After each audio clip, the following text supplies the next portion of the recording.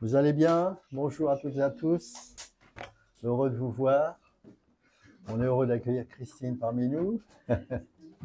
Tu vas bien? Bon, super.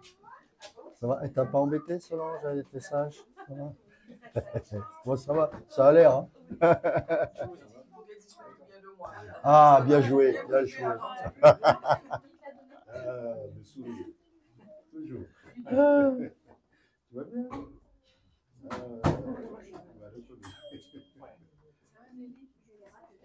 Ok, on va démarrer. Prenez place.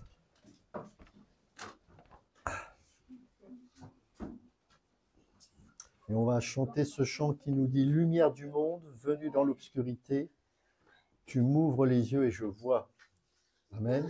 C'est lui notre lumière. Lumière du monde, venue dans l'obscurité, tu m'ouvres les yeux et je vois.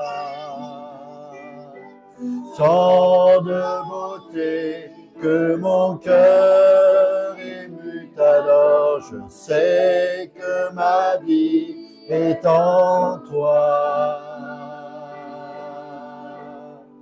Et me voici pour louer, me voici à tes pieds, me voici pour dire tu es mon Dieu. Car tout en toi est beauté, tout en toi est grandeur, tout en toi est merveilleux pour moi. Roi éternel, élevé au-dessus de tout, ta gloire resplendit dans le ciel. Tu es venu humblement sur cette terre, tu t'es donné par amour. Et me voici pour louer, me voici à tes pieds, me voici pour dire tu es mon Dieu.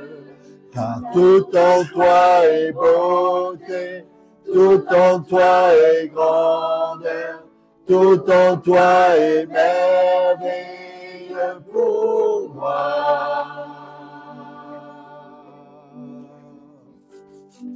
Et je ne pourrais imaginer le prix payé pour mon péché. Je ne pourrais imaginer le prix payé pour mon péché. Et me voici pour louer, me voici à tes pieds, me voici pour dire tu es mon Dieu. Car tout en toi est beauté, tout en toi est grandeur, tout en toi est merveilleux pour moi. Et me voici pour louer, me voici à tes pieds, me voici pour dire tu es mon Dieu. Car tout en toi est beauté, tout en toi est grandeur, tout en toi est merveilleux pour moi. Seigneur, tout en toi est beauté, tout en toi est grandeur. Tu es merveilleux, Seigneur. Comment ne pas te louer au vu de tout ce que tu as fait, Seigneur, pour nous, pour ta grâce, pour ta bonté, pour ta miséricorde, pour ta fidélité. Et Seigneur, on veut te dire merci pour ce si beau salut. Merci pour ce sacrifice à la croix. Merci pour tout ce que tu as fait, Seigneur, et que ton nom soit béni. Amen. David, si tu peux amener 2 chaises, on va mettre là. pour Neil. Je voudrais juste vous lire un passage qui m'a vraiment interpellé ce matin. Ça se trouve dans Jean, au chapitre 19.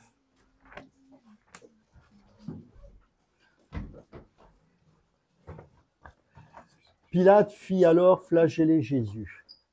Les soldats tressèrent une couronne d'épines qui lui posèrent sur la tête et le revêtirent d'un manteau pourpre, puis s'avançant vers lui, ils disaient « Salut, roi des Juifs !» et lui donnaient des soufflets.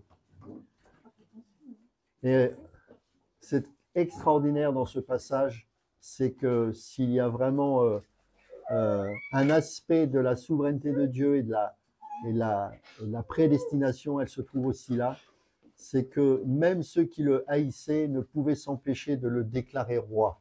Alors certes, ils se moquaient peut-être, mais ils l'ont déclaré roi. Un roi de souffrance, un roi qui allait souffrir pour nous, pour notre salut, mais le monde l'a déclaré roi. Et regardez la suite, Pilate sortit une fois encore et leur dit, voilà, je vous l'amène dehors.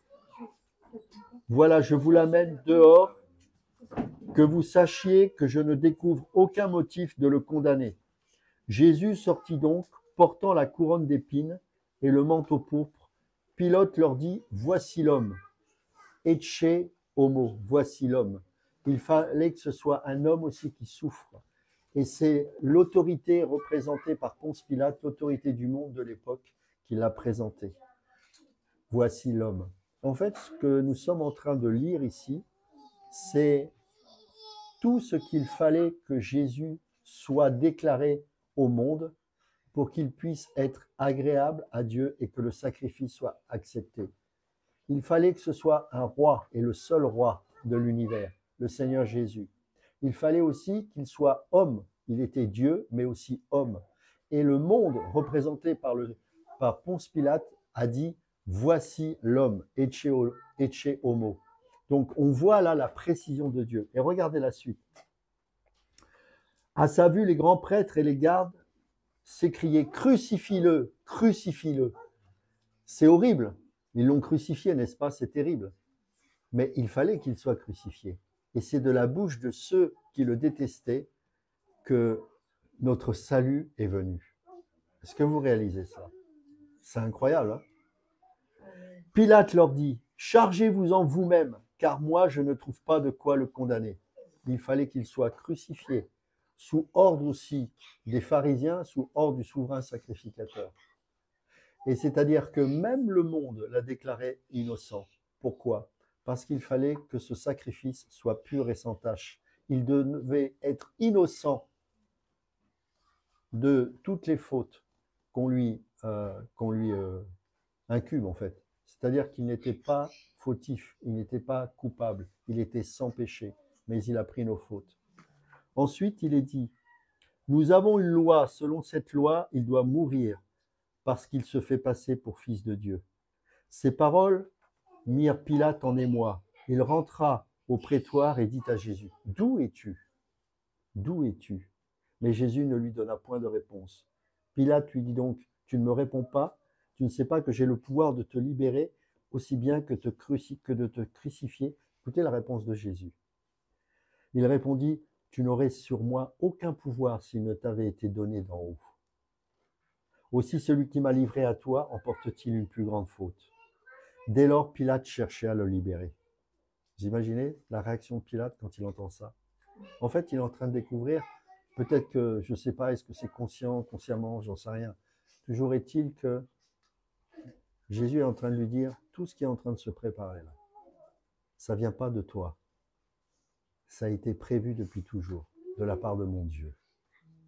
Mais malheur à celui par qui cette faute est commise. Et on sait que plus tard, Paul dira dans 1 Thessaloniciens que la colère de Dieu s'est manifestée aussi sur les Juifs qui ont dit à mort et qui l'ont crucifié. Et regardez la suite. Dès lors, Pilate cherchait à le libérer. Mais les Juifs s'écrièrent, « Si tu la quittes, tu n'es point un ami de l'empereur. Quiconque se prétend roi s'oppose à l'empereur. » Pour ceux qui ont suivi les cours de Jean-Marie, il y a quelque chose qui m'interpelle, c'est cette association entre le fer et l'argile. Et ce qui est très fort, c'est que ce sont les nations qui s'associent à l'argile qui représentent le peuple juif. Mais pourtant, il ne peut pas y avoir d'osmose entre le fer et l'argile. Vous ne pouvez pas fondre ces deux matériaux en un seul matériau. C'est impossible. Ils s'associent contre le Messie. Ils ne s'associent pas par affinité ou par convergence d'opinion ou de culture, parce qu'ils vont se détester. Et le peuple juif va malheureusement vivre une persécution horrible. Mais ils vont s'associer là contre le Messie. Cette alliance terrible. Vous réalisez cela? Vous réalisez que dans la statue de cet homme, de cet empereur babylonien qui était représenté et décrit dans le livre de Daniel, eh bien, tout était déjà décrit. Et rappelez-vous, dans cette statue, il est dit qu'une pierre venant de nulle part va fracasser au pied, pas la tête, hein, va fracasser au pied cette fausse alliance. Et tout cet empire va s'écrouler. Et une montagne, c'est qui représente le royaume de Dieu, va s'installer grâce à cette pierre angulaire qui est Christ. Est-ce que vous réalisez la précision? Est-ce que vous réalisez la précision de tout ce qui s'est passé? Parfois, on a l'impression que par nos actes, on peut apporter une pierre à l'édifice. D'une certaine manière, oui, mais d'une autre manière, j'ai envie de dire non en même temps, parce que tout est inscrit dans le plan divin. Quelle prétention de croire que nous pouvons ajouter quelque chose au plan merveilleux de Dieu. Et regardez la suite. Ayant entendu ces paroles, Pilate fit sortir Jésus et prit place au tribunal, au lieu dit le dallage, en hébreu Gabata. Il fallait un tribunal. Voici votre roi. C'est Pilate qui déclare ça. Que vous le vouliez ou pas, c'est votre roi. Mais eux de vociférer, à mort, crucifie-le. Pilate, crucifierai-je votre roi? Non, mais je ne sais pas si vous imaginez la scène. C'est un Romain qui parle. Les grands prêtres, nous n'avons de roi que César. Vous voyez cette alliance contre le Messie? Alors il le leur abandonna pour être crucifié. Je m'arrête là, mais c'est juste, comme disait mon pasteur là, à l'école biblique, application personnelle. Sinon, c'est de la théologie.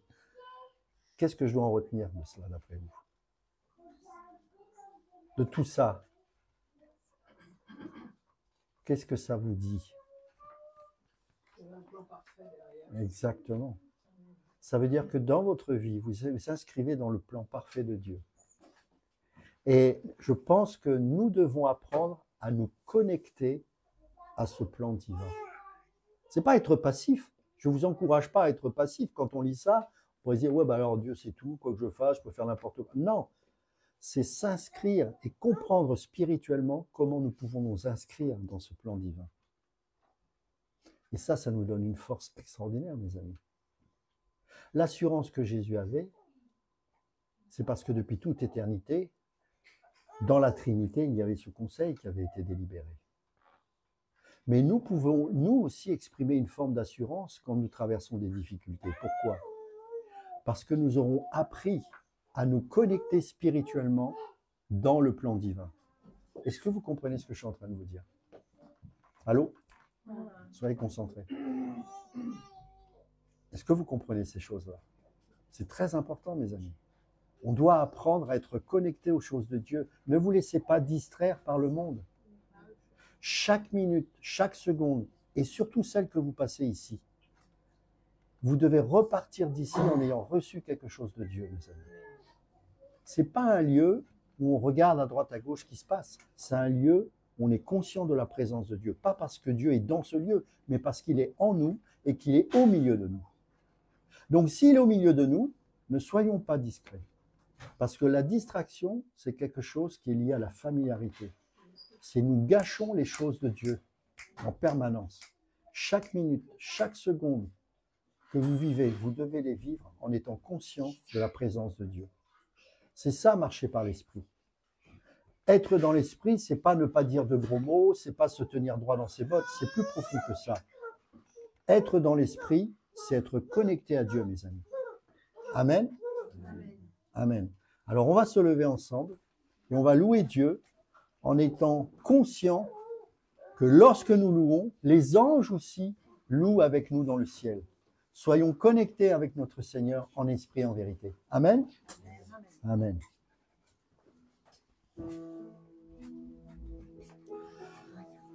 Comment expliquer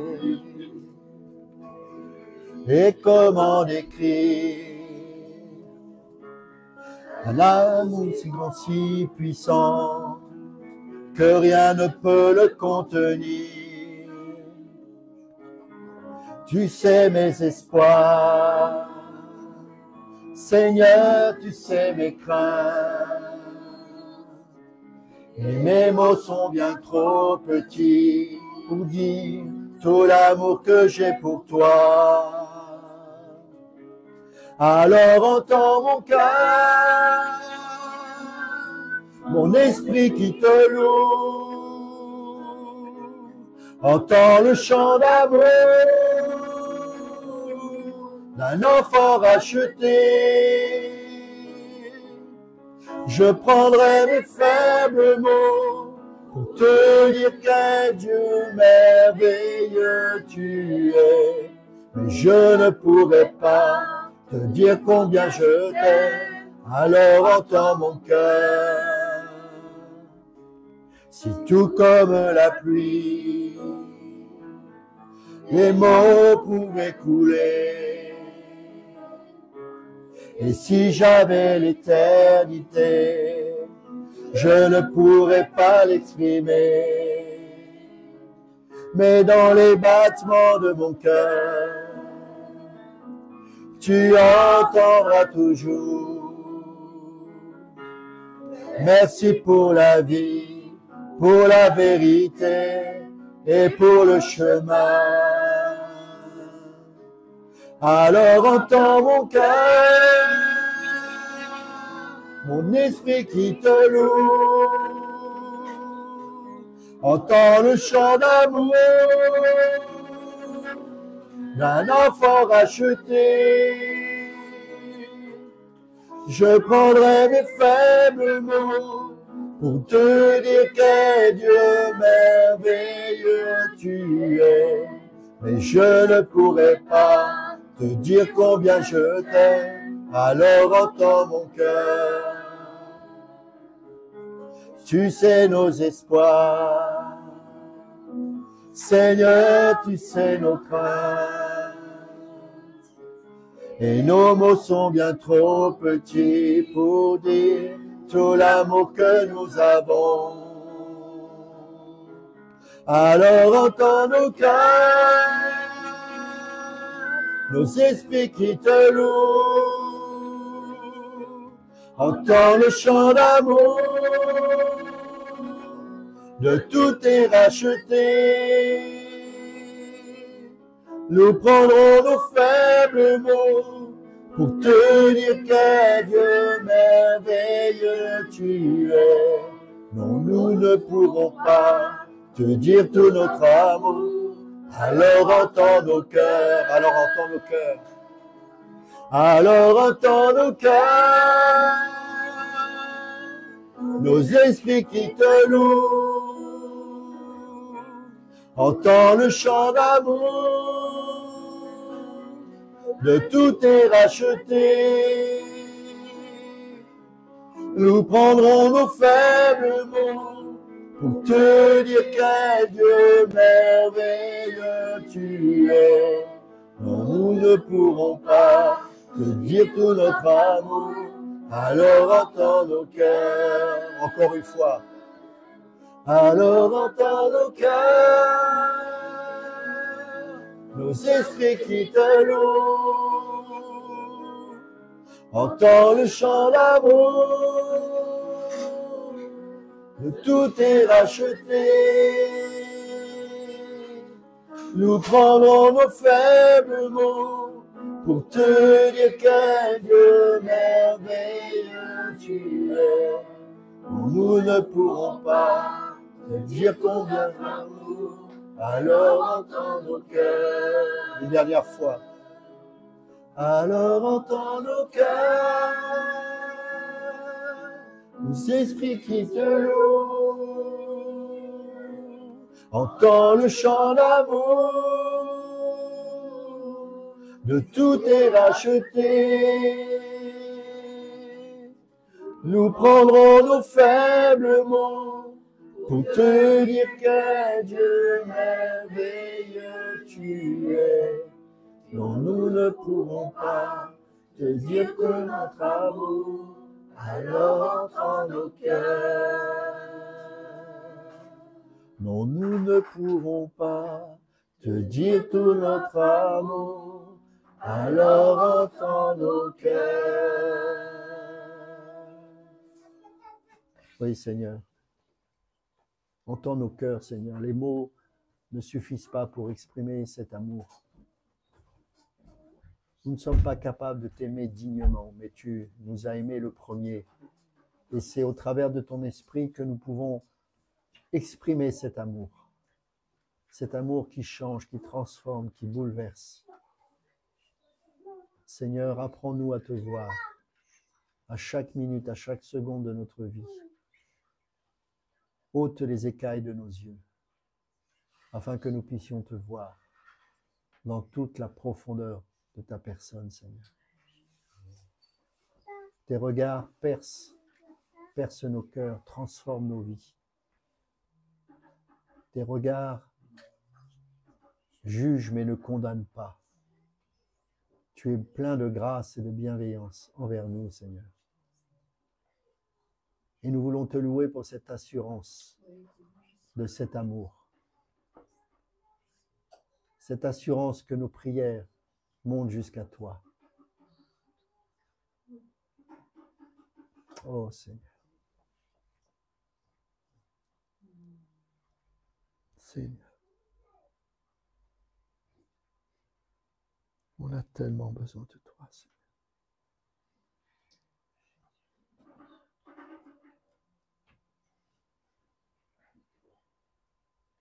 Merci Seigneur pour ton regard magnifique que tu as porté sur nous, Seigneur, dès le commencement. Merci Seigneur pour cet amour que tu nous as donné, Seigneur, qui est incommensurable. C'est grâce à cet amour, Seigneur, que nous sommes rachetés. C'est grâce à cet amour que nous sommes convertis. C'est grâce à cet amour que nous sommes attirés. C'est grâce à cet amour que nous vivons. C'est grâce à cet amour que nous avons un modèle. C'est grâce à cet amour que nous avons une direction. Seigneur, sans toi, nous sommes rien. Sans toi, nous ne pouvons rien faire. Seigneur, merci pour ce merveilleux salut que tu nous as donné en Jésus-Christ de Nazareth. Merci pour l'univers entier, Seigneur, pour les cieux qui proclament ta gloire, Seigneur, nuit après nuit, jour après nuit.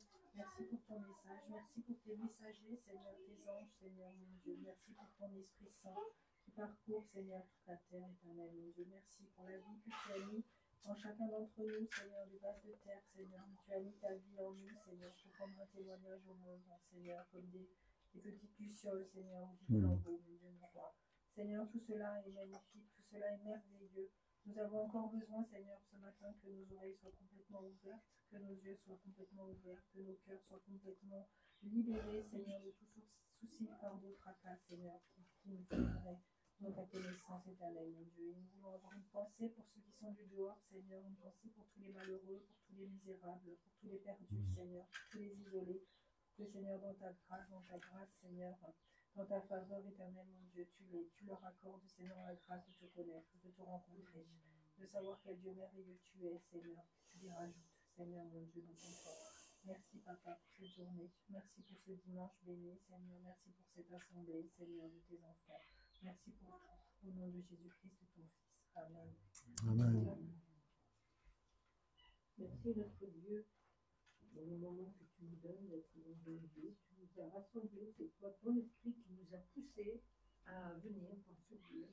Seigneur, pendant la communion fraternelle, l'élan de notre cœur s'élève vers toi, mon Dieu, pour t'apporter toute notre reconnaissance, mon Dieu, d'avoir la paix dans notre pays, de pouvoir avoir la Bible, des livres, écouter plein de choses qui nous fortifient, qui nous encouragent, qui nous édifient. Merci mon Dieu, ton serviteur s'est mis devant toi pour apporter quelque chose inspiré. Mon Dieu, ce dont l'épouse a besoin pour être prête pour le jour où tu vas venir la chercher. Amen. Tu t'infiltres, Seigneur, dans sa bouche, mon Dieu, pour qu'il puisse, qu'il apportera sa convainc les cœurs qui sont aussi forts. On a tous besoin d'être fortifiés. Merci pour ce que tu fais, Seigneur, mon Dieu. Tous ceux qui sont ici sont bénis de toi, mon Dieu. Tu continues ton œuvre en chacun d'eux. Amen. Amen. Amen. Merci, Seigneur.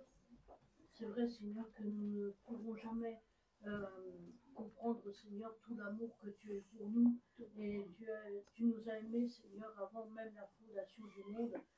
Seigneur, nous voulons te remercier, Seigneur, pour cela. Nous voulons te remercier parce que tu nous as attirés à toi. Seigneur, que véritablement nos cœurs soient complets, Seigneur, soient entiers pour toi, soient vrais devant toi, Seigneur, que notre cœur soit rempli complètement de toi, Seigneur. Et nous voulons, Seigneur, oui, t'adorer, Seigneur, de tout notre cœur. Amen. Amen. Merci, Jésus.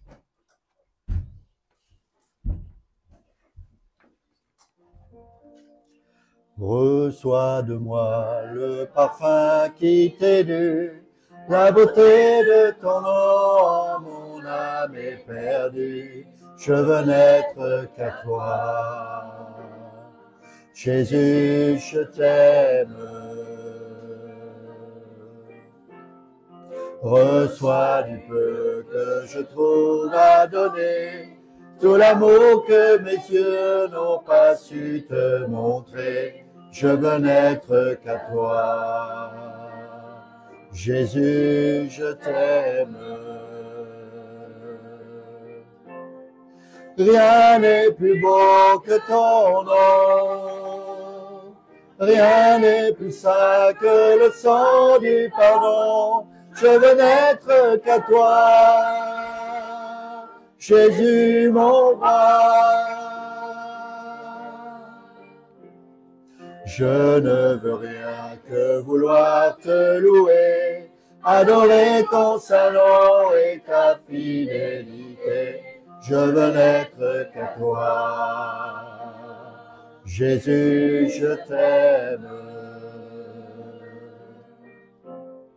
Je veux porter et laver à ta croix les pensées de mon cœur dans le cœur de tes voies. Je veux n'être qu'à toi.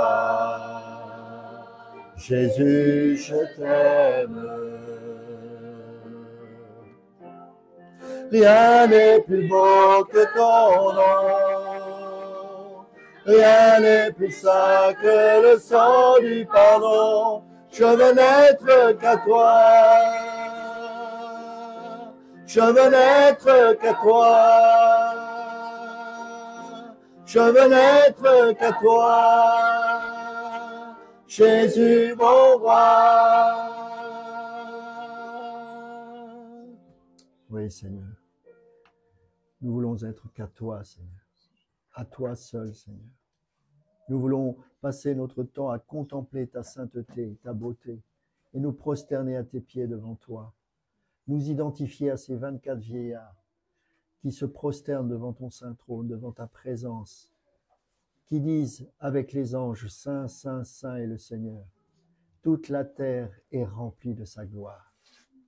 Nous voulons être saisis par ta grandeur, Seigneur. Que tu puisses croître et que nous diminuions, Seigneur. C'est le désir de nos cœurs. Que nous puissions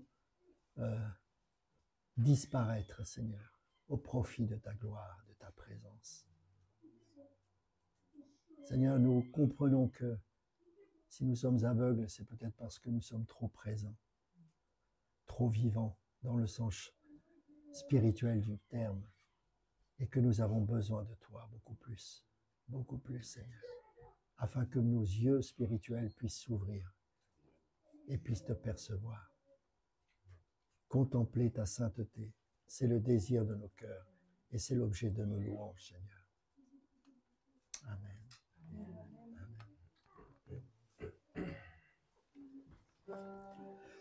Quand je contemple ta sainteté,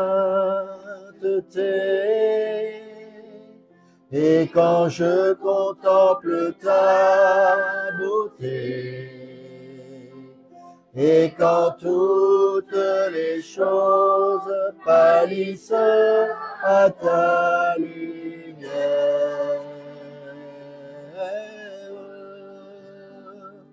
Quand j'ai trouvé la joie près de ton cœur, quand je m'enveloppe de ton amour, et quand toutes les choses pâlissent à ta lumière.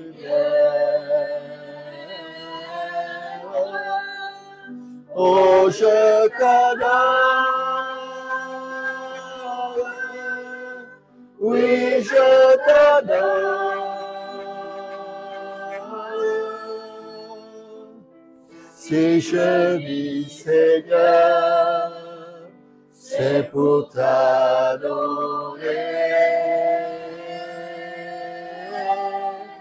Oh, je t'adore, oui, je t'adore. Si je vis, Seigneur, c'est pour t'adorer.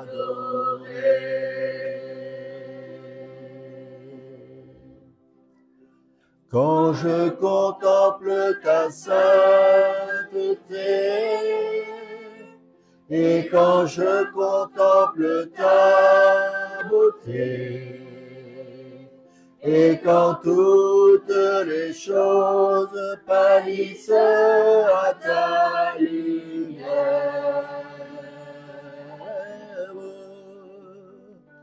quand j'ai trouvé la joie près de ton cœur, quand je m'enveloppe de ton amour, et quand toutes les choses pâlissent à ta lumière.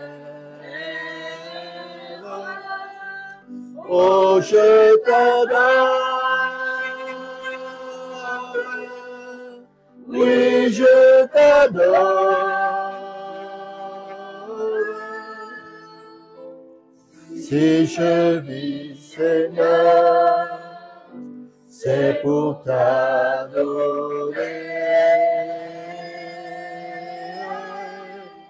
Oh, je t'adore, oui, je t'adore. Si je vis, Seigneur, c'est pour t'adorer. Si je vis, Seigneur, c'est pour t'adorer.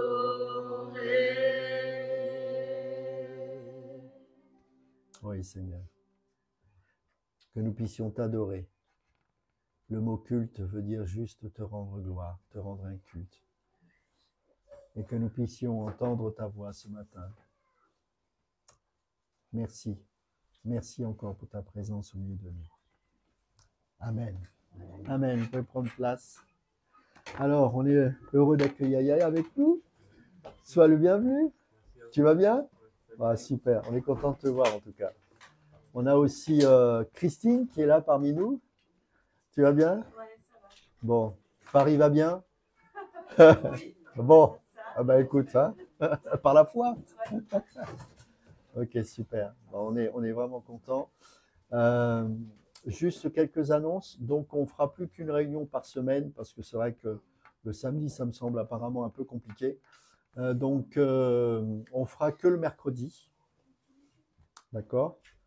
Comme ça, voilà, vous le savez, le mercredi, 19h30 jusqu'à 4h du matin, il y a réunion de prière. Ça compensera le samedi.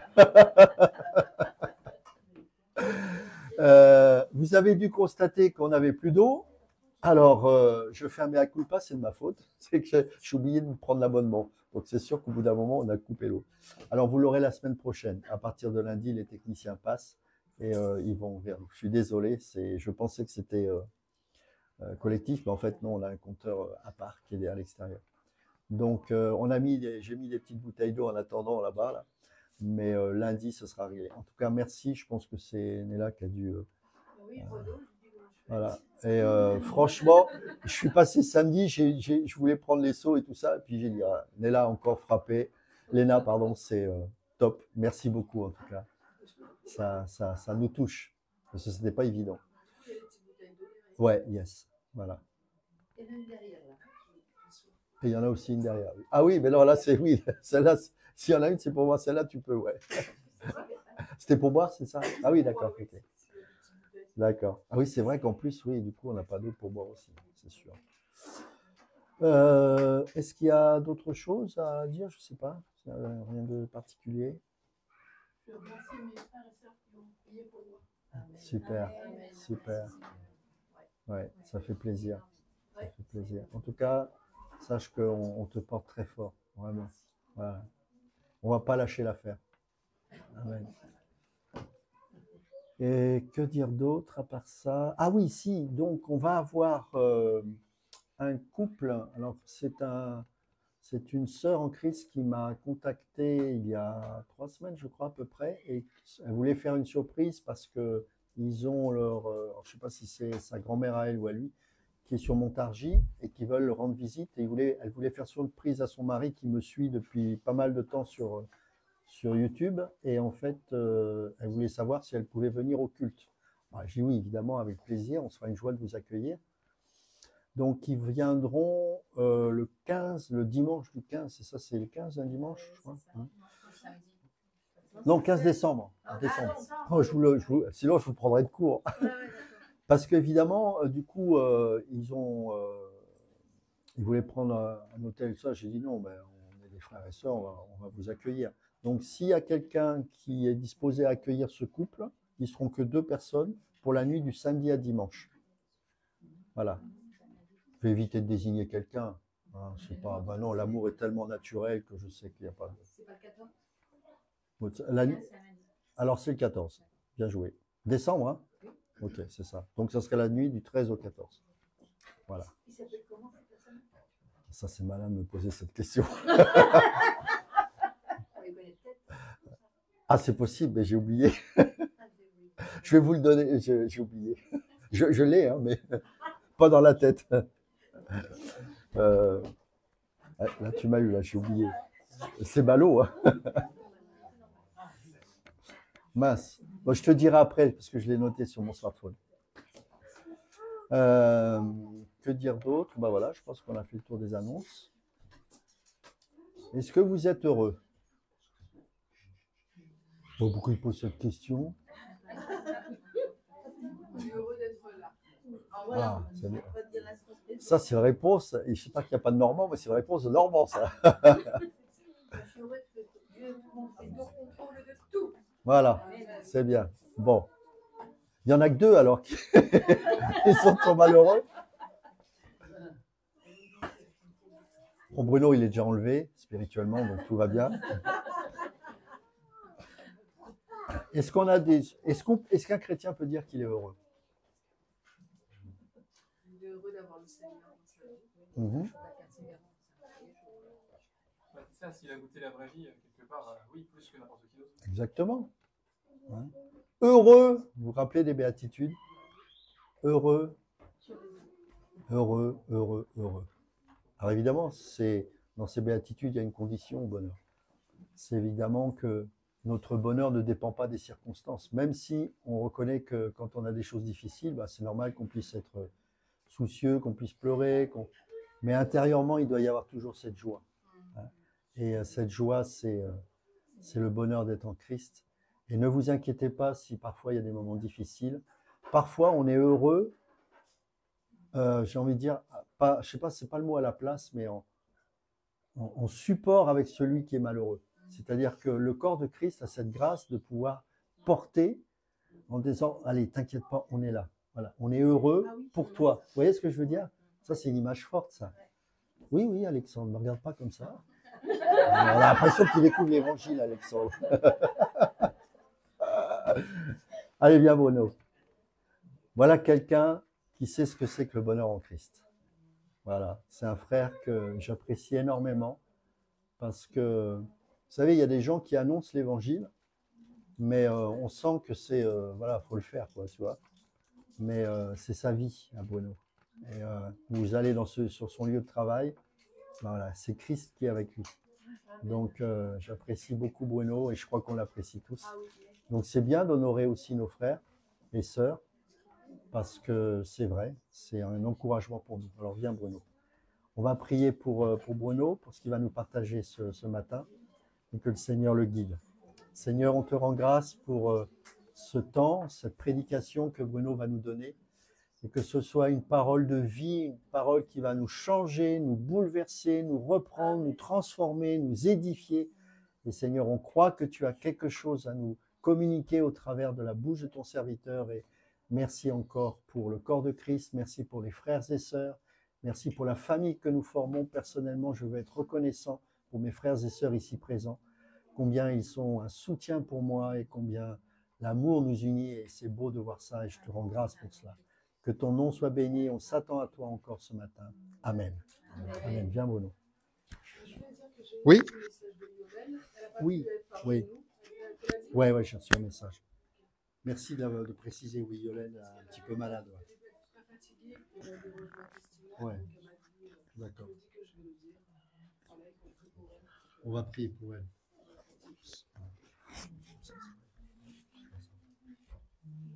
Seigneur, on te prie pour Yolène aussi, que vraiment tu la gardes, tu la conduises. Seigneur, que tu mettes ta main sur ces mots, qu'elle puisse être soulagée et guérie. Et nous pensons à notre sœur parce qu'elle fait partie de notre famille et surtout de ta famille. C'est ton enfant, Seigneur. Porte ton regard bienveillant sur elle dans le nom de Jésus. Amen. Amen.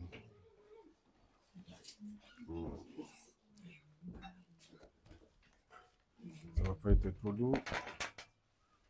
Tiens.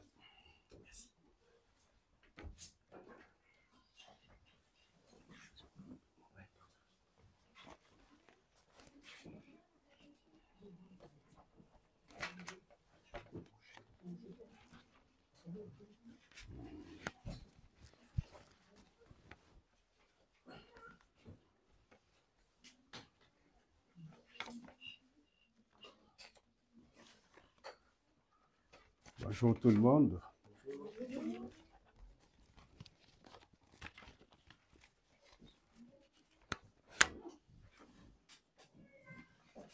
Alors nous sommes bien le dimanche 9 novembre 2025 et nous remercions le Seigneur qui nous a réunis au sein de sa maison pour qu'il puisse nous parler et creuser nos cœurs pour que nous puissions recevoir sa parole. Nous allons ouvrir notre Bible dans l'évangile de Jean. Je pense que ce matin, tout converge vers ce message. Et il y a la lumière. Tu peux lire. Jean chapitre 9. Ouais, tout le chapitre. Je n'ai pas assez de lumière ici. Alors, chemin faisant, Jésus vit un aveugle de naissance. Et ses disciples lui posèrent la question: Maître, qui a péché, cet homme ou ses parents, pour qu'il soit né aveugle? Jésus répondit: Il n'y a point de péché, ni de lui, ni de ses parents, mais les œuvres de Dieu doivent se manifester en lui. Tant qu'il fait jour, il me faut accomplir les œuvres de celui qui m'a envoyé. Viendra la nuit où personne ne peut agir. Tant que je suis dans le monde, je suis la lumière du monde. Cela dit, il cracha au sol et de sa salive fit un peu de boue qu'il appliqua sur les yeux de l'aveugle. Puis il lui dit: Va te laver au bassin de Siloé. Ce mot signifie l'envoyé. L'aveugle alla s'y laver et revint voyant clair. Ses voisins et ceux qui auparavant l'avaient vu mendier disaient: N'est-ce pas celui qui mendiait là, assis? Les uns répondaient: C'est lui, d'autres non, mais il lui ressemble. Mais lui disait: C'est bien moi. Ils le questionnèrent donc: Comment tes yeux se sont-ils ouverts? Il répondit: L'homme qu'on appelle Jésus a fait de la boue. Il l'a étendu sur mes yeux et m'a dit de me laver au bassin de Siloé. J'y suis allé, je m'y suis lavé et je vois. Où est cet homme? demandèrent-ils. Il répondit: Je ne sais pas. Ils amènent l'ancien aveugle aux pharisiens. Or, c'était un jour de sabbat que Jésus avait fait de la boue et ouvert les yeux de l'aveugle. Les pharisiens, à leur tour, lui demandèrent comment il avait recouvré la vue. Il m'a mis de la boue sur les yeux, leur dit-il, puis je me suis lavé et je vois. Certains pharisiens dirent alors, cet homme n'observe pas le sabbat, il n'est donc pas l'envoyé de Dieu. D'autres répliquaient, comment un pécheur pourrait-il faire de tels miracles? Et il y avait là division parmi eux. Ils interrogèrent de nouveau l'aveugle. Et toi, dont il a guéri les yeux, que dis-tu de lui? C'est un prophète, répondit-il. Et les Juifs ne voulurent pas admettre que cet homme eût été aveugle et qu'il eût recouvré la vue, jusqu'à ce qu'ils eussent fait venir ses parents. Est-ce bien là votre fils? Leur demandèrent-ils. Vous dites qu'il est né aveugle. Comment donc voit-il à présent? Ses parents répondirent, nous savons que c'est bien là notre fils et qu'il est né aveugle. Mais comment il se fait qu'il voit maintenant? Nous n'en savons rien. Et qui lui a ouvert les yeux? Nous n'en savons rien. Interrogez-le, il a l'âge. Il s'expliquera lui-même. C'est par crainte des Juifs que ses parents parlèrent ainsi. Car déjà les Juifs étaient convenus d'exclure de la synagogue quiconque reconnaîtrait Jésus pour le Christ. C'est pour cela que ses parents avaient dit, il a l'âge, interrogez-le. Pour la seconde fois donc, les pharisiens firent comparaître l'ancien aveugle. Ils lui dirent, rends gloire à Dieu, nous savons que cet homme est un pécheur. Je ne sais, répondit-il, si cet homme est un pécheur. Ce que je sais, c'est que j'étais aveugle et que maintenant je vois. Ils lui dirent encore une fois, que t'a-t-il fait? Comment t'a-t-il ouvert les yeux? Il leur répondit, je vous l'ai déjà dit et vous ne m'avez pas écouté. Pourquoi voulez-vous l'entendre encore une fois? Voulez-vous aussi devenir ses disciples?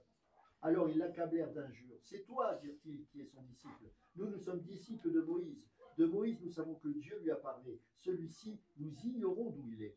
L'homme répondit, ce qu'il y a d'étonnant dans tout ceci, c'est que vous ignorez son origine alors qu'il m'a ouvert les yeux. Dieu n'écoute pas les pécheurs, nous le savons, mais il exauce ceux qui l'honorent et font sa volonté. Jamais on n'a ouï dire que l'on ait ouvert les yeux d'un aveugle-né. Si cet homme-là ne venait pas de Dieu, il ne pourrait rien faire. Ils repartirent. Tu es né tout entier dans le péché et tu nous fais la leçon? Puis ils le mirent à la porte. Jésus apprit qu'on l'avait expulsé. Il le rencontra et lui dit, crois-tu au Fils de l'homme? Il répondit, qui est-il, Seigneur, pour que je croie en lui? Jésus lui dit, tu le vois, c'est lui-même qui te parle. Je crois, Seigneur, dit-il, et il se prosterna devant lui. Alors Jésus dit, je suis venu en ce monde pour opérer une discrimination. Ceux qui ne voyaient point voient, et ceux qui voyaient deviennent aveugles. Les pharisiens qui étaient près de lui entendirent ces mots. Et nous, dirent-ils, sommes-nous aussi des aveugles? Jésus leur répondit, si vous étiez aveugles, vous seriez sans péché. Mais vous prétendez y voir, aussi votre péché subsiste. Amen. Oui. Un enseignement très riche du fait que dans ce chapitre de Jean 9, qui nous raconte l'histoire d'un homme né aveugle, que Jésus guérit, il nous illustre le pouvoir de la foi et la lumière que Jésus apporte au monde. Amen. Il y a plusieurs informations dedans. Il y a plusieurs informations. Cette histoire nous enseigne également la différence entre la vue physique et la vue spirituelle. Dans ce chapitre, Jésus voit un homme aveugle de naissance.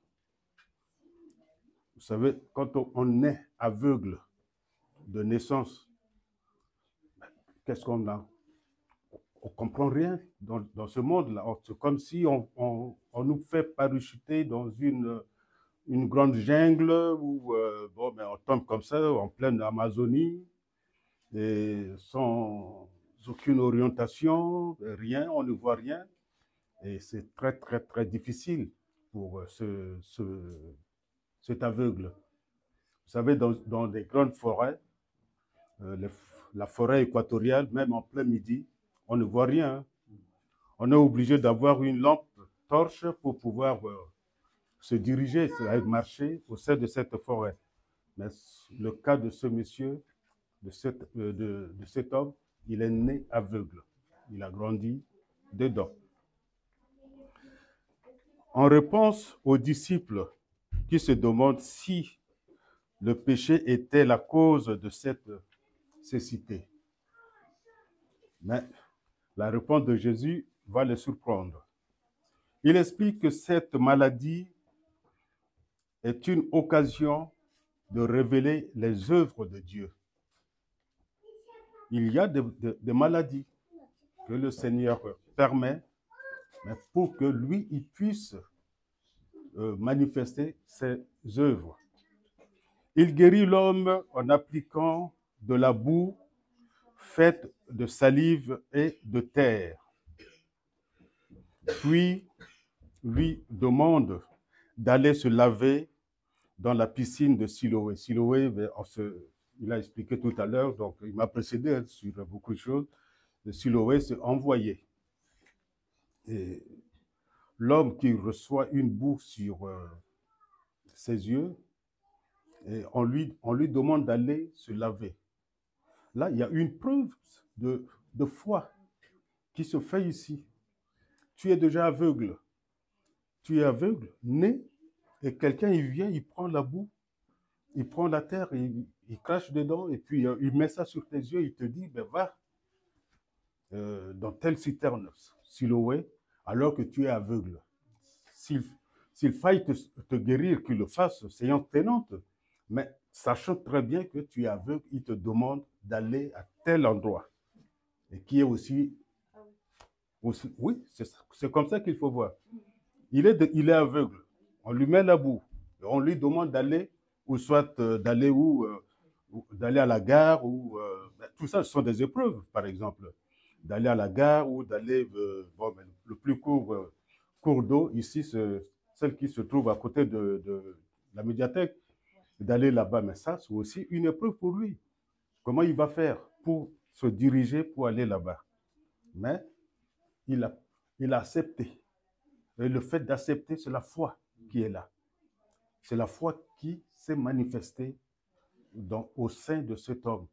Parce que quelque part, on va voir dans 2 Rois, chapitre 5, le verset 1 à 5, je crois, il y a le plus grand général, Nama, et un général très célèbre, auquel le serviteur de Dieu, Élisée, va lui demander d'aller se baigner dans le Jourdain pour qu'il puisse retrouver sa santé, parce qu'il était frappé par la lèpre.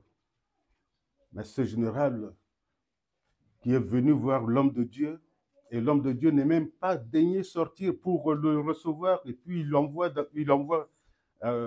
d'aller se laver 7 fois dans le Jourdain.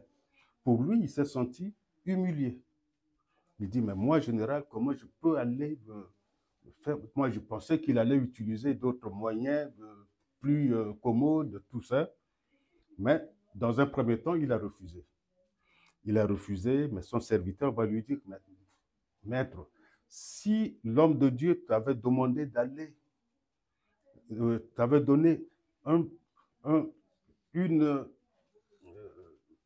t'avait demandé quelque chose de plus difficile à réaliser, tu aurais pu l'accepter.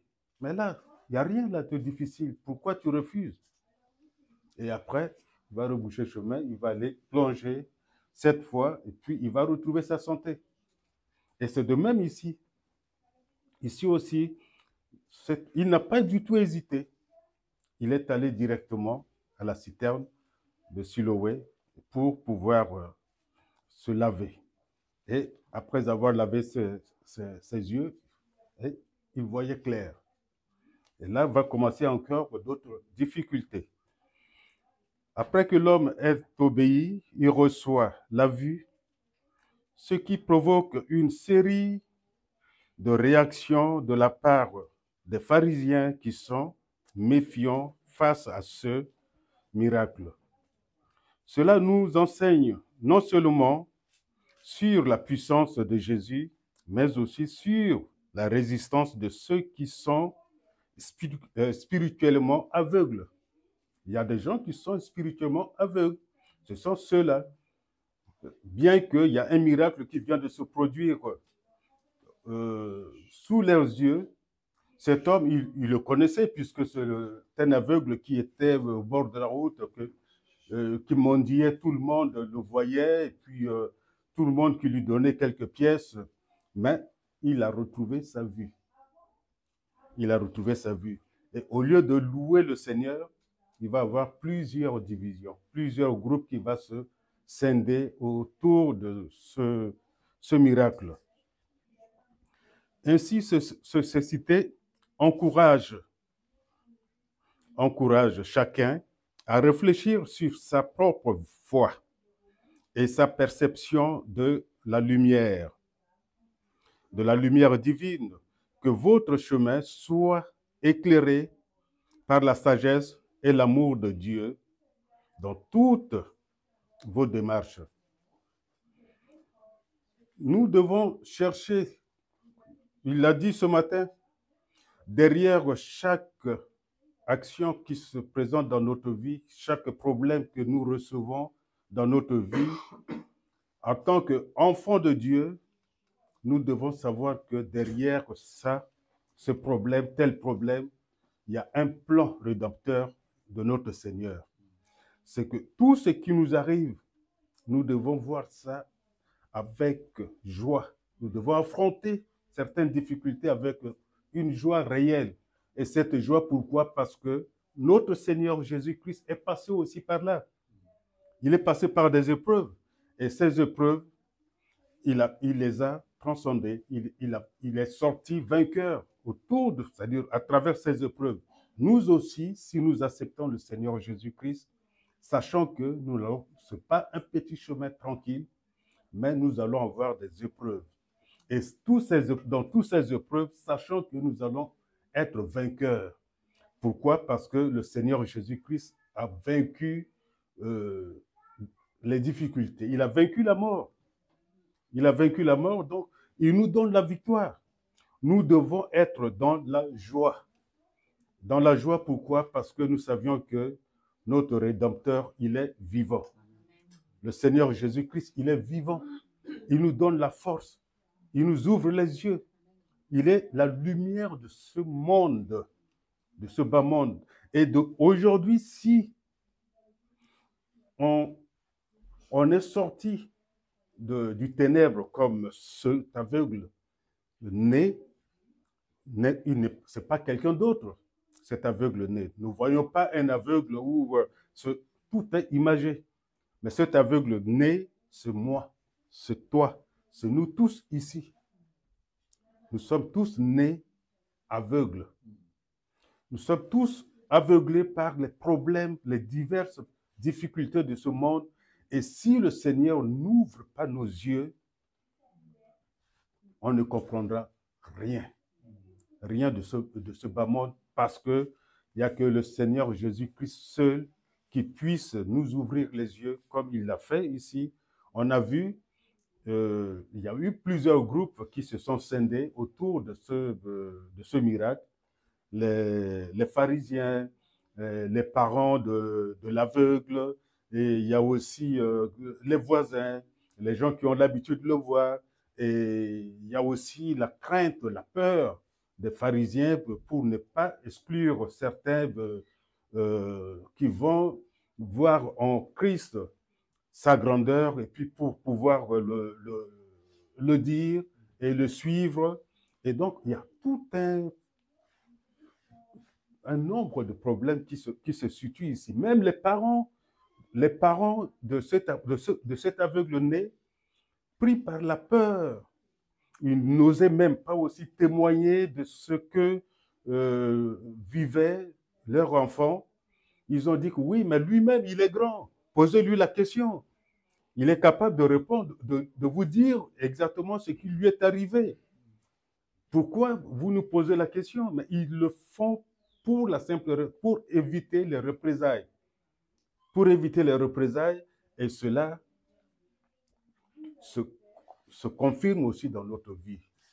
Le jour où on a accepté le Seigneur Jésus-Christ, imaginez-vous, je ne sais pas dans quel milieu il vous a trouvé, mais quand on accepte le Seigneur Jésus-Christ, là va commencer nos différents problèmes. Même au sein de notre famille. Au sein de notre famille, il y en a beaucoup qui vont dire que oui, mais vraiment, on ne sait plus ce qu'il arrive. Il refuse de faire telle chose, telle chose, telle chose. Bon, on ne le comprend pas. Et pire encore, dans le milieu des musulmans, c'est encore très grave de quitter, d'accepter le Seigneur Jésus-Christ. Tu acceptes le Seigneur Jésus-Christ, pour eux, il n'y a rien. C'est-à-dire qu'il n'y a rien de plus pire que ça. Et même, quitte à t'ôter la vie, parce que tu as accepté le Seigneur Jésus-Christ, ils vont le faire. Parce qu'il fallait rester dans ce ténèbre-là, dans ce monde si ténébreux, pour aller vers la lumière. Pour eux, ce n'est pas ça. Ce n'est pas ça. Donc, nous avons ici plusieurs cas qui se développent. Ainsi, après avoir dit cela, Jésus cracha à terre, fit de la boue avec sa salive et appliqua la boue sur les yeux de l'aveugle. Ce passage illustre comment Jésus utilise les éléments simples de la vie. Ce sont la terre et la salive. Ce sont des éléments aussi simples, mais qui ont une signification réelle. La terre, on a vu ça aussi dans Genèse. Nous sommes faits avec quoi? Avec de la terre. Bon, la salive, il faut voir la salive en question comme l'évangile. L'évangile qui est là. Donc, il va appliquer tout ça et plus tard, on va voir, il va se révéler à cet aveugle né. Est-ce que tu aimes le Seigneur Jésus-Christ? Il dit, mais c'est lequel? Il dit, mais me voici, celui qui te parle. Il dit, oui. Il acceptait le Seigneur. Amen. Amen. Cela nous enseigne aussi comment le Seigneur Jésus interagit avec ceux qui sont dans le besoin. Utilisons les moyens simples pour accomplir les miracles. Ici, l'homme aveugle a appris à avoir obéi à l'instruction de Jésus de se laver dans la piscine de Siloé.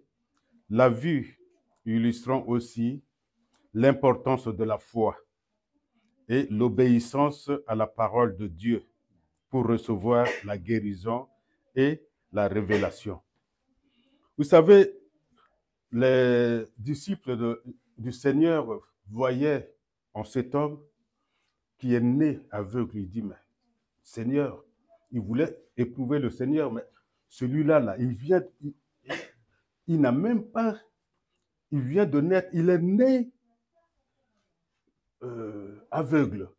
Mais est-ce qu'il a péché au sein de sa maman? Pourquoi il est devenu aveugle? Donc, il y a beaucoup de questions que les gens se posent parce que l'évangile, c'est aussi ça. Si le Seigneur n'ouvre pas nos yeux, on ne comprendra jamais rien parce que nous sommes tous aveuglés. Et c'est le Seigneur qui ouvre nos yeux pour comprendre l'évangile, pour comprendre sa parole. Et quand on ouvre, on donne une Bible et qu'on l'ouvre comme ça et qu'on lit, on ne comprendra jamais rien. Mais il faut prier d'abord. Il faut demander au Seigneur d'ouvrir nos yeux afin que nous puissions comprendre ce qui est derrière chaque verset et pour pouvoir avancer. Les raisons pour lesquelles les croyants peuvent souffrir sont multiples. Les croyants souffrent à cause de la chute d'Adam et Ève. On a vu ça par le passé. Nous souffrons à cause de la chute d'Adam et Ève quand le péché est entré dans le monde. La douleur, la peine, les conflits et la mort ont envahi la vie de tous les êtres humains. Nous avons ça dans Genèse, si vous pouvez noter, Genèse chapitre 3, versets 16 à 29. Genèse 3, versets 16 à 29.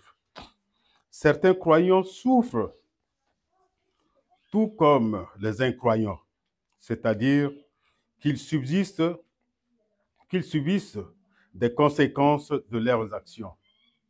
Le principe veut qu'un homme récolte ce qu'il a sémé.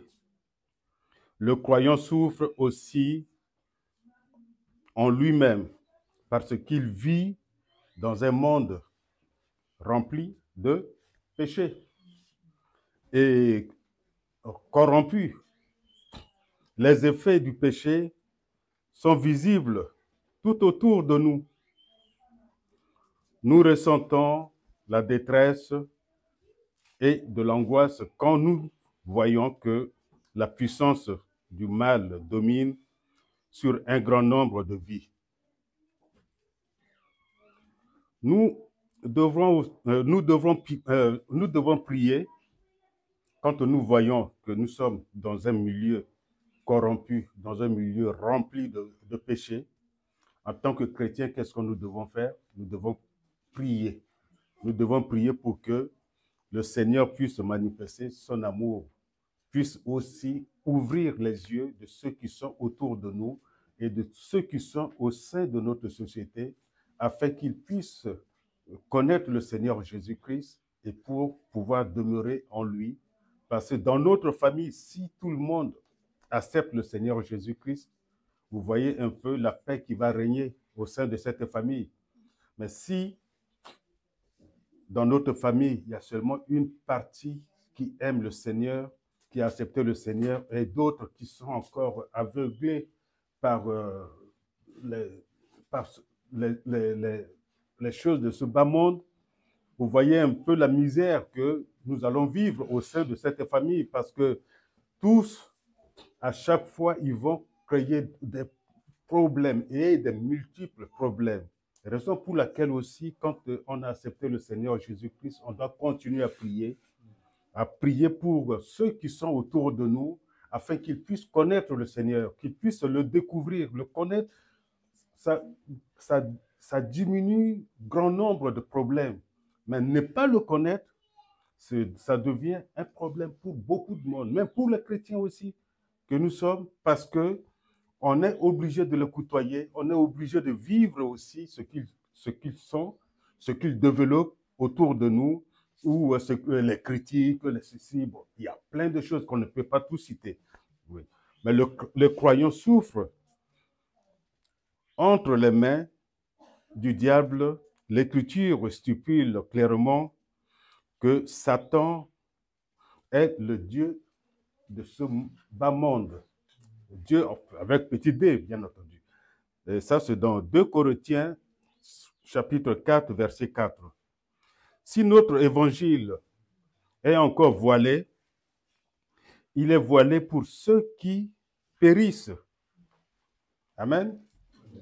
Il est voilé pour ceux qui périssent. Ceux qui périssent, on a vu ici dans la lecture de Jean 9, comment ces pharisiens et d'autres témoins de cet événement ont pu accabler cet aveugle-né. Pardon. Pour les incrédules, dont le Dieu de ce siècle a aveuglé l'intelligence, afin qu'ils ne voient pas briller la splendeur de l'Évangile, de la gloire de Christ, qui est l'image de Dieu lui-même. Amen. Si notre évangile est encore voilé, il est voilé pour ceux qui périssent. Mais ceux qui connaissent le Seigneur, ce n'est plus voilé. Parce que nous vivons, comme le frère a dit tout à l'heure, c'est que, est-ce que vous êtes dans la joie? Il y a eu très peu de réponses. Mais c'est que si, avec le Seigneur Jésus-Christ, nous sommes dans la joie, qu'importe les difficultés, qu'importe les souffrances, hein, que nous avons vu comment même l'apôtre Paul, hein, Étienne et tant d'autres, mais comment eux ils souffraient, mais dans ces souffrances, ils avaient une paix profonde au fond d'eux. Ils savaient qu'ils sont en train de souffrir, de suivre les traces de leur Seigneur. Ils sont dans la joie. Ils sont dans la joie parce que derrière toutes ces souffrances, le gain sera énorme. Le gain sera énorme. Donc, il faut être dans la joie. Il ne faut pas être malheureux. Il faut toujours accepter ce qui nous arrive. C'est là, mais c'est dur à supporter. Mais derrière ça, qu'est-ce que le Seigneur me réserve? Qu'est-ce que le Seigneur me réserve derrière ça? C'est ce qu'il faut chercher à comprendre en tant que chrétien. C'est ça qu'on appelle aussi la vision spirituelle. Spirituellement, un chrétien doit ne pas avoir crainte de quoi que ce soit parce que derrière chaque difficulté, il y a une solution et qui va dépasser son entendement. Parce que le Seigneur est là. Et le Seigneur que nous avons accepté ne va jamais nous laisser. Il a promis d'être avec nous du début jusqu'à la fin. Et quand nous traversons, nous avons le psaume 23, quand nous passons dans l'ombre de la mort, il est toujours là avec nous. Le Seigneur a promis. Donc, ayons toujours la ferme certitude de toujours marcher avec notre Seigneur, de ne pas chercher de gauche à droite ou de chercher une autre solution. Amen. Pour les incrédules dont le Dieu de ce siècle a aveuglé l'intelligence, afin qu'ils ne voient pas briller la splendeur de l'évangile de la gloire de Christ, qui est l'image de Dieu. Il existe d'autres raisons, beaucoup plus positives, qui peuvent expliquer la souffrance des croyants. L'histoire de Job nous révèle un homme juste qui craignait Dieu. Job était juste, il craignait Dieu. Il n'a rien fait. Et il faisait la gloire de Dieu. Mais notre Seigneur va permettre aussi à l'ennemi de pouvoir le frapper. De pouvoir le frapper d'une maladie et de lui enlever toutes ses fortunes, tout ce qui faisait sa fierté. Il va perdre ses enfants, il va perdre ses bœufs, il va tout perdre. Et même sa santé. Il va être frappé d'une maladie incurable, il va maigrir, il va souffrir. Et même sa femme va lui demander, mais qu'attends-tu pour insulter ton Dieu pour qu'il puisse t'arracher de ce bas monde? Regarde comment toi tu souffres. Et quelle était sa réponse? Mon Rédempteur est vivant. Mon Rédempteur est vivant. Je ne vais pas insulter mon Dieu. Je traverse des moments difficiles. Je vis... plus personne ne me reconnaît. Ceux qui me connaissaient avant ne peuvent plus m'approcher. Et c'est ce qui arrive le plus souvent quand on traverse des difficultés, quand on traverse des moments difficiles. On perd par la perte d'un emploi, par beaucoup de choses qui nous arrivent dans la vie. Les soi-disant amis qu'on avait avant, mais ces amis étaient attachés seulement à la fonction qu'on occupait, étaient attachés seulement à des choses qu'on possédait, ou c'était le bien matériel, ou tout, mais ils nous approchaient par rapport à tous ces problèmes. Mais le jour où on n'a plus rien, lâché comme ça, c'est pas facile, hein, c'est dur. Hein. C'est dur, même prendre le téléphone, appeler la personne qu'on a l'habitude de partager des petites histoires ou de causer, mais on va attendre derrière ce téléphone. Ah, c'est qui? Si c'est lui. Dis-lui que je ne suis pas là. Et ça sort, on écoute. Et on écoute. Ah, mais ça devient très difficile à supporter parce que on devient seul face à nos difficultés. Mais un chrétien, sachant qu'il n'est jamais seul, parce que son Seigneur lui a promis d'être avec lui durant toute sa vie, qu'est-ce qu'il doit faire? Il doit chercher à prier. à remercier le Seigneur. Mais Seigneur, je suis là, mais tu as promis d'être avec moi durant toute ma vie. Mais là, dans cette situation, je sais que tu es là. Et je sais que tu es la solution à mon problème. Amen. Ce qui peut aussi expliquer, ce qui peut aussi expliquer les souffrances des chrétiens est que être un chrétien signifie être un avec le Seigneur. C'est être un avec le Seigneur.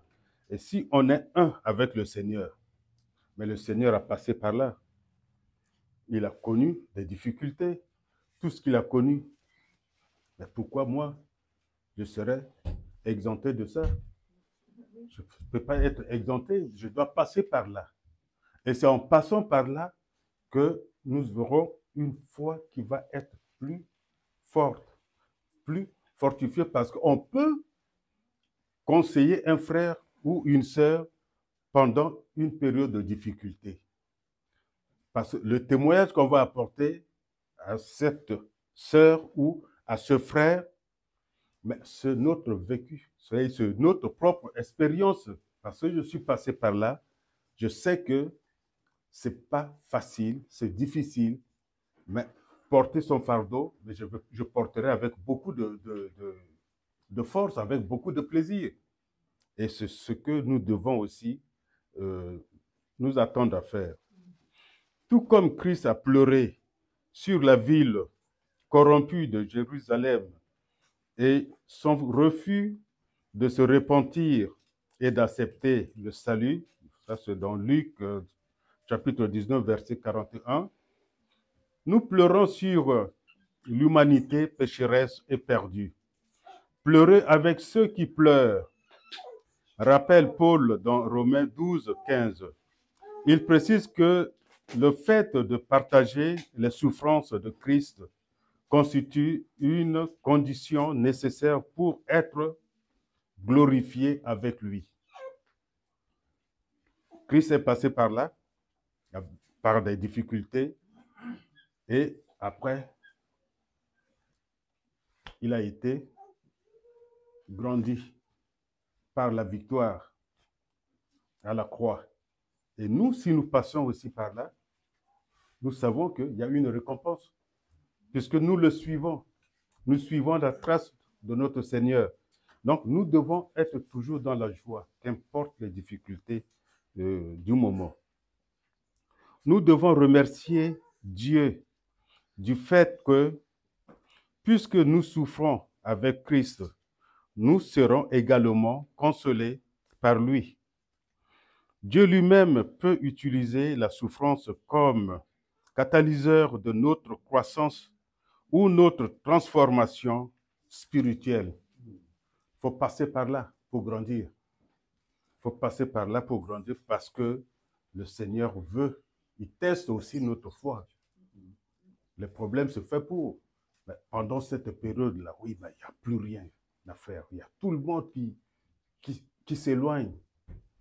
Mais sauf le Seigneur. Celui qui est en Christ, il sait que tout le monde est parti, mais la seule personne qui doit demeurer avec moi, c'est qui? C'est le Seigneur. Donc, je dois toujours chercher à m'attacher aux promesses de mon Seigneur et de toujours le remercier du moment dans lequel je me retrouve. Seigneur, tu as permis que je puisse vivre cela, je le vis, mais je sais que tu me sortiras de cette situation. Et ça, ce sont des choses que nous devons accrocher dans nos cœurs. Parce qu'il y a des moments, de pires difficultés qui va tester vraiment notre foi. Mais pourquoi le Seigneur a permis que je puisse être dans cette situation? Pourquoi? Et on va même écouter, c'est qu'il y a certains malades qui vont dire, mais tous les médecins, les grands professeurs, ils vont passer, ils vont dire, oh, il n'y a plus rien à faire. Il n'y a plus rien à faire. Ils vont convoquer les parents, ils vont faire ceci, il n'y a plus rien à faire. Mais toi qui es chrétien, qu'est-ce que tu dois faire? Tu dois faire quoi? Tu dois consulter ton Seigneur. Tu dois lever les yeux au-delà de tous ces montagnes, tous ces problèmes pour dire, mais Seigneur, tu es où? Ils se sont prononcés, mais tu ne m'as rien dit encore. Donc, la ferme foi, la ferme confiance en toi. Parce que tu es un Dieu de la dernière minute. Et il utilise, on a vu, il utilise des éléments simples. Le Seigneur utilise des éléments simples pour nous confondre. Parce que si cet aveugle-là s'est dit, mais il prend la boue, et puis avec sa salive, il me dit d'aller me laver là-bas. S'il n'avait pas la foi, il n'ira pas. Il va refuser, il va rester là. Il dit, mais il est en train de se moquer de moi. Moi qui suis déjà aveugle, il se moque de moi. Mais il a cru. Il a eu foi à ce que le Seigneur a. Voilà. Il est allé là-bas et il a retrouvé la vue. Mais si le Seigneur avait utilisé d'autres, les autres, ils ont vu, mais au lieu d'accepter, ils ont mis ça en doute. Et c'est comme ça aussi dans notre vie. En permanence, tout ce que nous allons rencontrer, nous allons être confrontés à cela, il y aura toujours des gens qui se rencontrent. Il y aura toujours des gens qui vont remettre tout en doute, qui ne vont pas croire que la guérison qu'un tel a obtenue vient du Seigneur. Ils vont dire, oui, mais telle chose, non, ça ne vient pas. Non, non, il est en train de mentir. C'est pas vrai. Mais parce que l'homme est comme ça. Tant que le Seigneur n'a pas ouvert tes yeux, et tu verras toujours que ton environnement immédiat, tu ne vas pas percevoir au plus profond des difficultés que tu rencontres et des solutions. Tu sais, quand tu es chrétien, tu sais qu'il y a toujours une solution. Parce que ton Seigneur, c'est le Dieu de toutes les solutions. Tout ce qui est impossible est possible à Dieu. Donc, c'est ce que nous, on a cru à cela. Amen. Croire, c'est voir. Jésus est la lumière.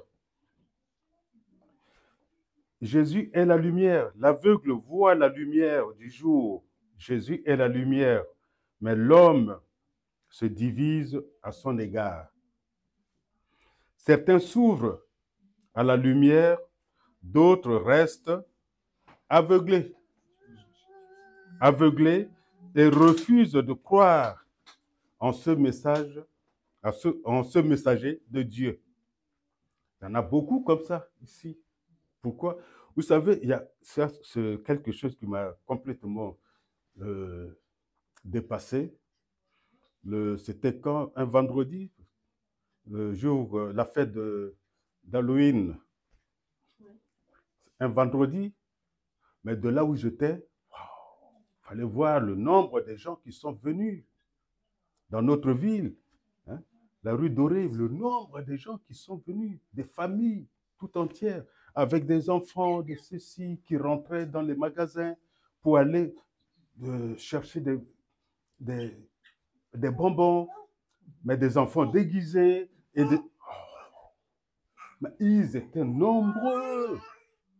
Nombreux. Je me suis dit, mais tiens, il y a plus des aveugles dans la ville comme ça que les voyants. Mais avec les parents qui encourageaient les enfants déguisés en diable, déguisés en ceci, en sorcier, sorcière, hein, tout ça. Je dis, c'est quand même horrible. Et l'obscurantisme a gagné suffisamment le terrain dans notre société. Et ce à quoi nous devons beaucoup prier pour que le Seigneur puisse ouvrir les yeux de tout ce monde-là. Si on est chrétien, c'est parce que le Seigneur nous a rencontrés. Le Seigneur nous a ouvert les yeux. Mais prions pour ceux qui demeurent encore dans les ténèbres. Amen. Certains s'ouvrent à la lumière, d'autres restent aveuglés et refusent de croire en ce messager. Il nous est conseillé d'observer dans ce chapitre diverses réactions face au miracle. Voyez l'homme aveugle qui comprend immédiatement ce que sa guérison signifie. Lui, sa guérison, c'est quoi? C'est le Seigneur, c'est la rédemption, c'est un tout. Et quelqu'un qui vient de connaître la lumière, tu vas lui parler encore, tu vas encore l'accabler avec des problèmes, des procès, de ceci, mais ça, ce n'est pas son problème. Ce n'est pas son problème. Il leur dit, je sais une seule chose, c'est que j'étais aveugle et maintenant je vois. Amen. Ouais. Nous savions que là où on était par le passé, ne peut pas nous ouvrir aussi la voie d'être ce que nous sommes aujourd'hui. Celui qui va nous dire, oui, mais il est tout le temps à l'église, il est tout le temps en train de prier, mais il est devenu... Non, on doit être fier parce que ce que nous avons connu par le passé, nous ne pourrons plus y retourner. C'est comme un chien qui a vomi, il va ravaler ce qu'il a vomi. Mais toi qui as connu les pires difficultés sous le joug de l'ennemi, tu ne vas plus y retourner parce que tu as vu la lumière. Tu sais ce que c'est que être en Christ. Tu ne vas plus retourner. Et c'est ce que nous devons être. Et voyez, l'homme aveugle qui comprend immédiatement ce que sa guérison signifie. Les parents craintifs et opportunistes, les pharisiens qui ne savent que juger et ne rendent pas compte qu'ils se condamnaient. Tous ces pharisiens-là, eux-mêmes, ils se condamnaient parce que eux, ils sont en train de critiquer le Christ, de juger cet aveugle, mais au lieu de chercher à travers ce miracle, d'accepter le Seigneur Jésus-Christ, de voir le plan rédempteur du Seigneur, eux, ils sont en train de fermer la porte. Ils l'ont chassé.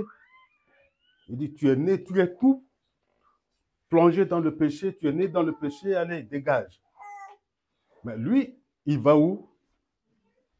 Il va dans le royaume du Seigneur, mais eux, ils sont restés aveugles. Et c'est ce qui se passe dans notre société aujourd'hui. Il y a des gens qui sont hermétiquement fermés à l'évangile, qui ne veulent même pas entendre parler de notre Seigneur Jésus-Christ. Et même quand on souffle un mot, c'est comme s'ils allaient prendre même un couteau pour nous attaquer de suite. Donc, nous devons toujours être fiers et comprendre aussi qu'eux, ils sont aveuglés. Ils sont des aveugles. Et ils ne veulent pas faire un effort pour sortir de là, pour voir la lumière que nous avons connue. Et c'est très important dans notre vie. Et dans notre famille aussi, nous devons beaucoup prier, beaucoup œuvrer pour que chaque membre de notre famille puisse connaître la lumière. Amen. L'Évangile nous montre autre chose, nous montre autre manière d'interpréter chaque malheur. Comme un châtiment de Dieu, mais nous ne devons pas voir ça de cette manière. Jésus guérit l'aveugle le jour du sabbat. Mais les témoins se demandent si Dieu prendra le parti de la loi qui interdit le travail le jour de sabbat ou celui de l'homme qui fait cette bonne œuvre. Et ça, c'est ce qui revient très souvent. Et même quand on va évangéliser, il y a des gens, oui, mais est-ce que vous avez vu un tel enfant, vous avez vu ceci, mais pourquoi il est mort, pourquoi tel. On va nous amener toute une sorte de questions, de batteries de questions qu'il faut répondre parce que eux, ils raisonnent par leur propre intelligence, par leur propre manière de voir les choses. Mais ils ne vont pas au-delà de leur réflexion pour comprendre qu'il y a un Dieu qui est vivant, il y a un Dieu qui permet certaines choses et derrière ces choses, il y a un plan rédempteur qui est là. Mais eux, ils sont hermétiquement fermés. Ils restent dans leur bulle et puis voilà. Ils ne cherchent pas à comprendre quoi que ce soit. Et c'est le cas des pharisiens. Les pharisiens défendent la loi, ce qui n'est pas surprenant de la part des gens qui sont plus capables d'enseigner et de juger, d'assister les malheureux. Vous ne savez pas d'où il vient, mais qui vit dans un monde ouvert à Dieu.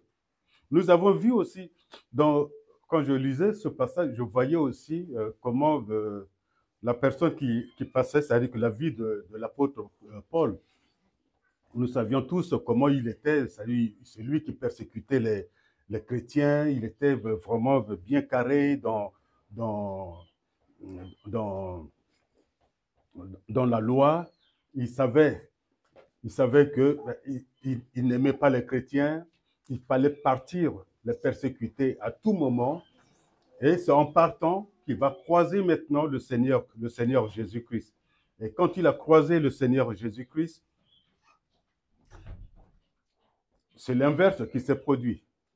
Quand il a croisé le Seigneur Jésus-Christ, lui, c'est l'inverse. Il devient quoi? Aveugle.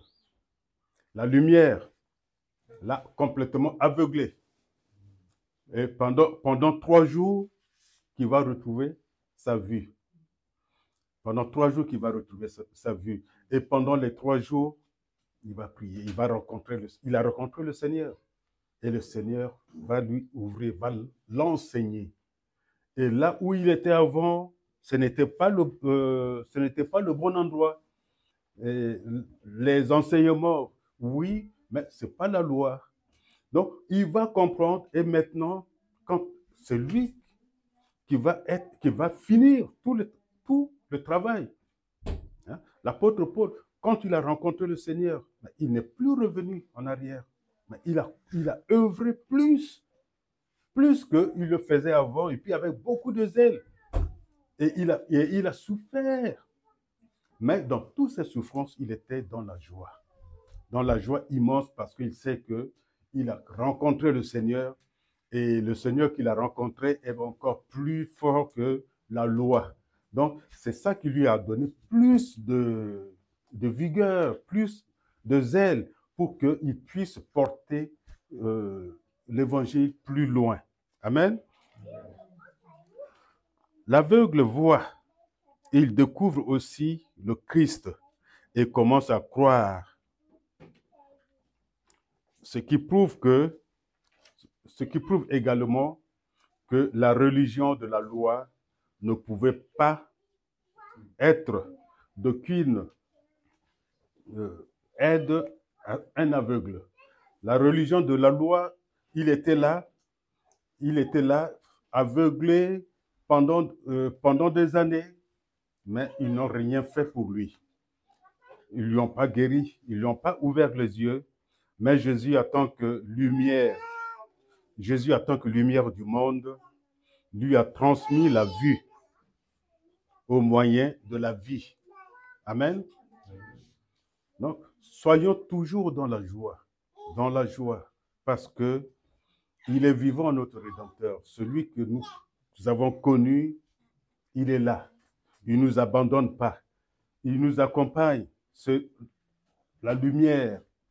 Quand on a rencontré la lumière, on va encore retourner dans le ténèbre. C'est difficile. Amen. Voilà. C'est un passage qui est très riche. Je vous demanderai de le relire encore pour que nous soyons aussi tous édifiés. Que le Seigneur bénisse notre semaine. Merci.